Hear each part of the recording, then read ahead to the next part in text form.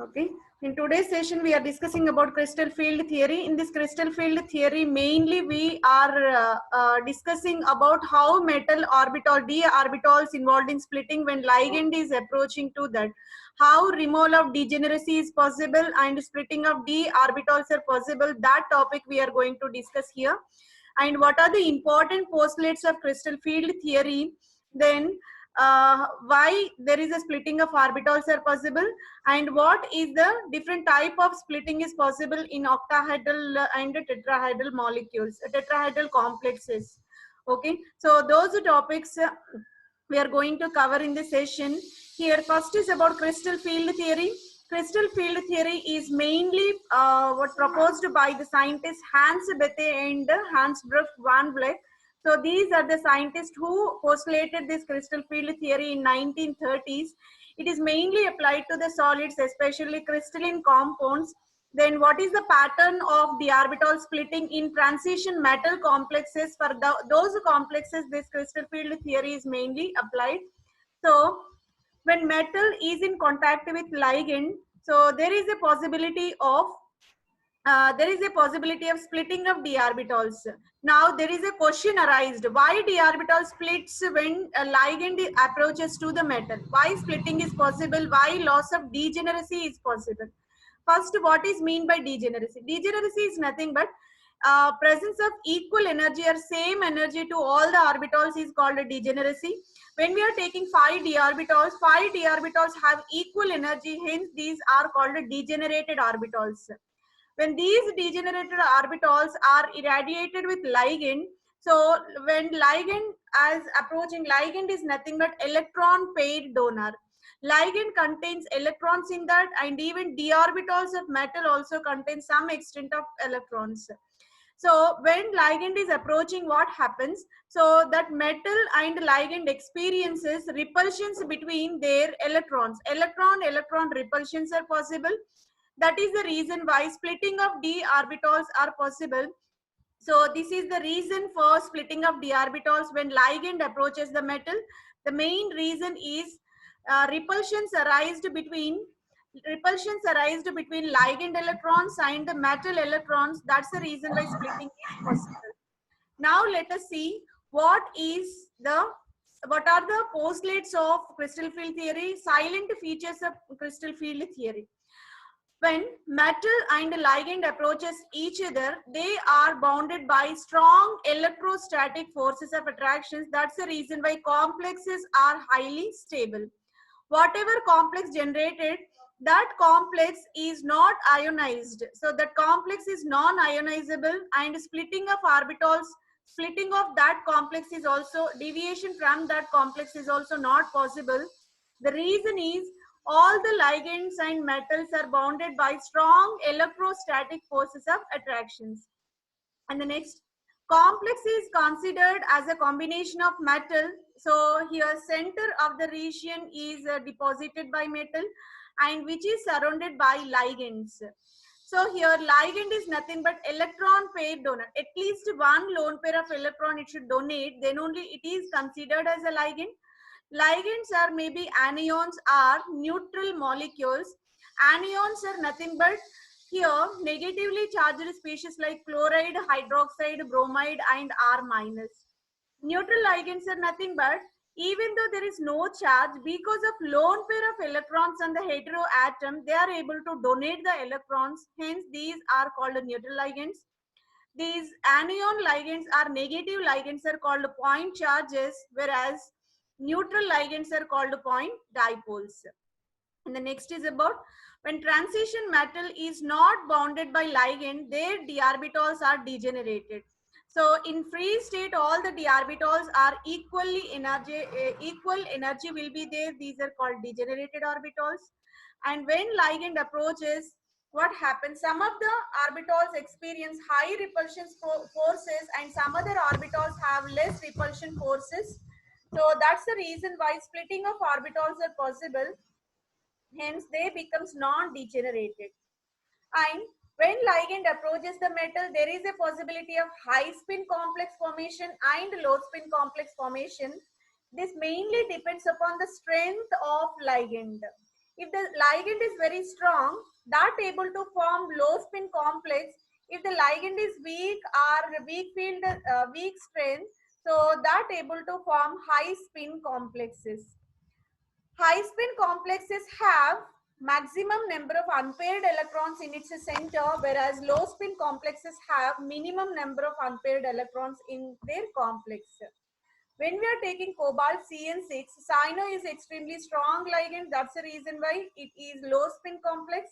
Whereas when fluoro-hexafluoro complex is considered, fluoride is a weak field ligand, hence it able to form high spin complex. So these are the two type of possibilities in the complex formation, mainly depends upon the strength of approaching ligand. And d orbitals. Let us consider about d orbitals. D orbitals are mainly two types. One is triply degenerated, second is doubly degenerated. Triply degenerated are three orbitals which are dxy, dyz and dzx orbitals. These three orbitals are called non-axial orbitals because these three orbitals are laying in between the axis.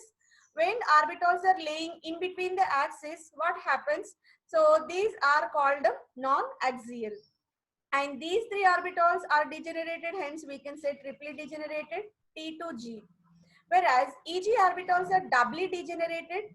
These are two, one is dx square minus y square and dz square.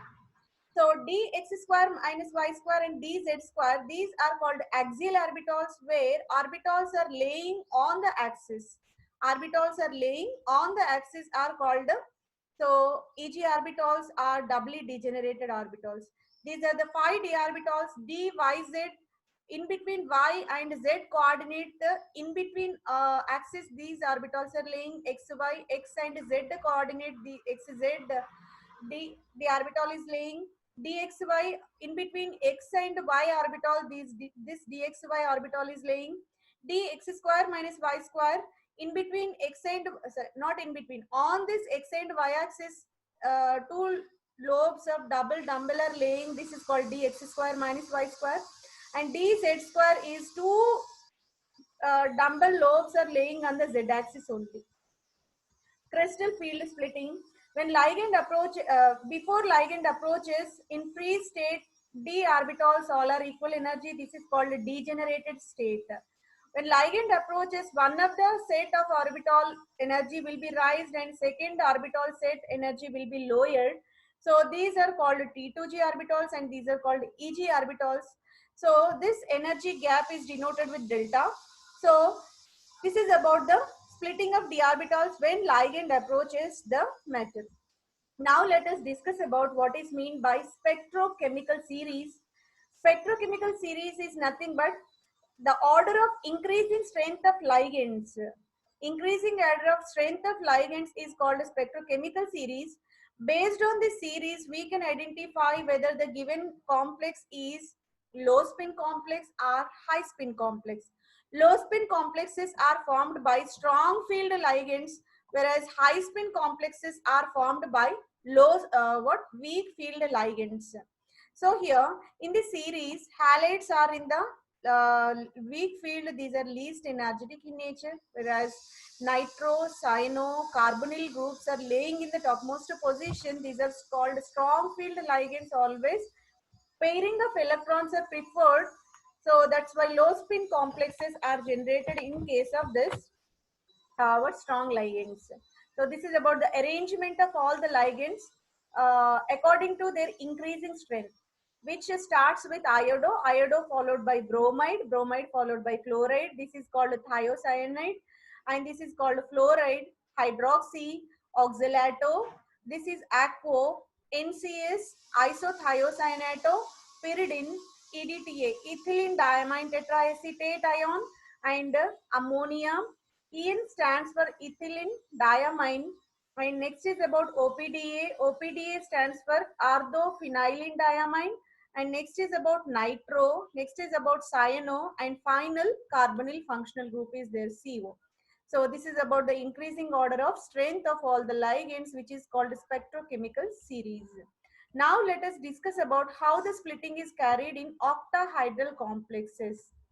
Octahedral complex is nothing but central metal when surrounded by 6 ligands, and central metal is sp3d2 or d2sp3 hybridized. Here we have central metal surrounded by 6 ligands, and the sp3d2 or d2sp3 hybridization will be there, and the coordination number is indicated as 6. So now this is called octahedral complex. This octahedral complex is represented here, metal which is surrounded by 6 ligands in its coordination sphere. The important condition in the octahedral splitting is ligand is approaching the metal along the axis. So this is the condition along the axis. That's the reason why the orbitals laying on the axis are having more repulsions compared to ligands are present in between the axis. That's the reason why ligand is approaching along the axis. Along the axis we have Eg orbitals. These are called axial orbitals. Dx square minus y square and dz square orbitals are called Eg orbitals. These are experiencing high repulsion forces. That's the reason why these orbital energy will be raised. Okay, so this is about splitting of d orbitals in case of octahedral complexes, and where Eg orbitals are experiencing high energy. When we are going to T2G orbitals, these T2G orbitals are three triplet degenerated, and these are experiencing less repulsive forces in this complex, so that the energy of these orbitals will be lowered. So in this way, octahedral splitting, Eg orbitals are at top position and T2G orbitals at bottom position. Now this is a representation. Three set of orbitals x, y, y, z and zx lower energy and more stable in this octahedral splitting, e.g. doubly degenerated dx square minus y square and dz square. Higher energy and less stable these orbitals are. And this is about the octahedral splitting of the complex, where 5 d orbitals are at ground state, all are degenerated. When ligand approaches, these orbitals energy will be raised. This is the excited degenerated state. Again 5 d orbitals have equal energy. When ligand is very closer to these d orbitals, again these 5 orbitals will split into two sets. One is called Eg set, where dx square minus y square and dz square set will be there, and second is dxy, dyz and dzx. This is called T2G set of orbitals. When electron enters into this T2G, the energy of orbital is given by plus 0.4 dq. When electron enters into Eg orbital, the energy is given by minus 0.6 dq. The energy difference between this T2G and Eg is called barycenter. So this barycenter used to distinguish Eg orbitals from T2G orbitals. Topmost energy is given by 3 by 5. Bottommost energy is given by 2 by 5. So this is about the energy representation, energy profile diagram of octahedral splitting. Now we have examples for octahedral splitting. Hexamino cobalt complex is there, and hexacyano iron complex is also there. This is called hexamine cobalt 3 chloride, and the second is called hexacyano ferrate 3 anion. So these two complexes are existing in octahedral sphere, and 6 ligands are there. Central metal will be there, which are experiencing this octahedral splitting. Now, these are the CFSE values of individual compounds in the presence of high spin and low spin complexes. All the values are measured. So, next, let us discuss about tetrahedral splitting. Crystal field splitting in tetrahedral complexes. Tetrahedral is nothing but when central metal surrounded by 4 ligands in the 4 corners, that is called a tetrahedral. And this central metal is in sp3 hybridization. When sp3d2 or d2sp3, that is called octahedral. When sp3 hybridization, now the complex is in tetrahedral shape. Coordination number will be 4 because central metal surrounded by 4 ligands. Here is the cube. Cube is the best representation for tetrahedral splitting. In this cube, central part metal is there and 4 coordinates are covered by these 4 ligands. Now, this is the best example for coordination complex of tetrahedral shape. Tetrachlorocuprate 2 ion will be there, which is represented by copper surrounded by 4 chloride ligands in this complex. Ligand approaches the metal in between the axis in case of tetrahedral. In case of octahedral, along the axis approach will be there. In case of tetrahedral, in between the axis the approach will be there. Hence, it is splitting will be entirely reversed with respect to octahedral complexes. So when ligand is approaching in between orbital energy will be higher and along the axis energy will be lower. That's why EG orbitals are dx square minus y square and dz square. These are EG set of orbitals which are repelled less. That's why these orbitals are laying down in case of tetrahedral, and the non-axial orbitals like dxy, dyz, dzx orbitals experiences more repulsions. That's why energy of these orbitals will be high. So this is about octahedral splitting, sorry, tetrahedral splitting in this complex. All the tetrahedral complexes are considered as high spin complexes because most of the complexes are formed by what kind of ligands?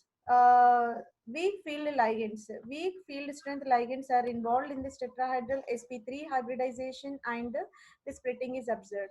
This is a complex where initial d orbitals are degenerated. When ligand approaches, the energy of these d orbitals are high. So this is excited degenerated d orbitals. Excited degenerated d orbitals are splitting into two sets, EG set and T2G set. EG set will lay at bottom because these have less repulsions as ligand is approached in between the axis in case of tetrahedral complex. And T2G orbitals are laying up whose energy is high because of high repulsions with ligand which are approaching non-axial manner. And electron when enters into this, EG orbital experiences plus 0.6 energy, and electron entering into this T2G minus 0.4 dq value will be there. And these are the examples for the complexes containing this tetrahedral sphere. Nickel tetracarbonyl is the best example, and nickel tetrachloride anion is also another example for this tetrahedral complex. Crystal field splitting in case of octahedral and tetrahedral, there is an interrelation between these two. Octahedral splitting and tetrahedral splitting interrelation is described here. Delta T, tetrahedral CFAC is equal to 4 by 9 delta O. O stands for octahedral, T stands for tetrahedral splitting. Delta T is equal to 4 by 9 delta O. This is the interrelation between octahedral and tetrahedral splitting. And these are the what topics which are related to octahedral and tetrahedral splitting. Crystal field splitting is mainly focused on the coordination compounds formed by transition metals. Here two components are present. One is central metal which acts as a Lewis acid because electron pair donor it is, and second is ligand which is an electron pair donor which is called a Lewis base. So when this metal and ligand approaches, they are bounded by strong electrostatic forces of attractions. And when metal and ligand approaches, these are able to form the stable complex. This stable complex is not ionized by means of normal hydrolysis process. And we have two kind of ligands. One is called negatively charged, second is called neutral ligands. Negatively charged ligands are called point charges, and neutral ligands are called point dipoles. Point charges, the examples are chloride, hydroxide, alkyl, etc. And neutral examples are ammonia and water. When metal ligand approaches, what happens? Degenerated d orbitals of metal involved in splitting. This is mainly because of repulsions between electrons of ligand and electrons of metal. Initially, all the orbitals are in equal energy. That state is called degenerated state. When ligand approaches, they experiences repulsions, unequal distribution of repulsions. One set is going up, second set is going down. That is called splitting of orbitals. The orbital splitting into two sets are possible. One is called EG set, second is called T2G set. EG set is nothing but doubly degenerated. T2G set is nothing but triply degenerated. Doubly degenerated orbitals are dx square minus y square and dz square, these are Eg orbitals and axial orbitals. dxy, dyz, dzx orbitals are non-axial and these are T2G set of orbitals, triply degenerated orbitals. The splitting of d orbitals mainly influenced by strength of ligands. The strength of ligands are represented in a series increasing order of their field strength that is called spectrochemical series. In that spectrochemical series, halides are laying at the bottommost place and carbonyl, nitro and one more is cyano groups are laying in the topmost position. So this is about the increasing order of field strength. That representation is called spectrochemical series. And the next is about octahedral splitting. In octahedral splitting, the important condition is the ligand is approaching the metal along the axis. Hence, Eg orbitals are energy will be high and T2G orbital energy will be low. In case of tetrahedral, ligand is approaching in between the axis. That's why non-axial orbitals are experiencing high repulsions. Hence, T2G orbital energy will be higher and Eg orbital energy will be lower. And octahedral sp3d2 or d2 sp3 hybridization will be there, whereas tetrahedral coordination sp3 hybridization will be there. Coordination number of octahedral will be 6, tetrahedral will be 4. So in this way we can compare octahedral and the tetrahedral splitting. Hope this session is very much useful. Thank you very much.